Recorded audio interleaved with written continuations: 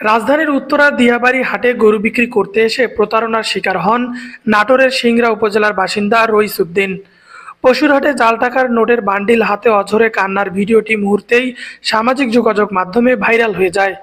রইসের কান্নার ভিডিও নাড়িয়ে দিয়েছে দেশের অসংখ্য মানুষকে। এই ঘটনার পর বৃদ্ধাকে উমরাহ পালন করতে মক্কা পাঠানোর প্রতিশ্রুতি দেন অভিনেত্রী অপু বিশ্বাস।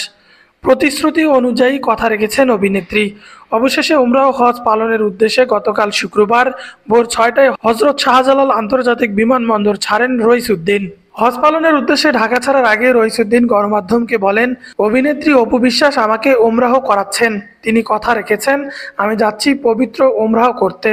এ বিষয়ে অপু বিশ্বাস বলেন, তিনি আমার বাবার বয়সী, আজ যদি আমি তার নিজের মেয়ে হতাম তাহলে হয়তো এমনটি করতাম।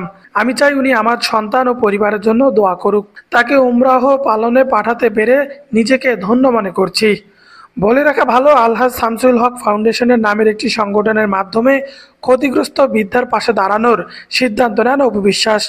অবশেষে অভিনেত্রীর অর্থায়নে এবং ফাউন্ডেশনের ব্যবস্থাপনায় সৌদি পৌঁছেছেন রইসুদ্দিন।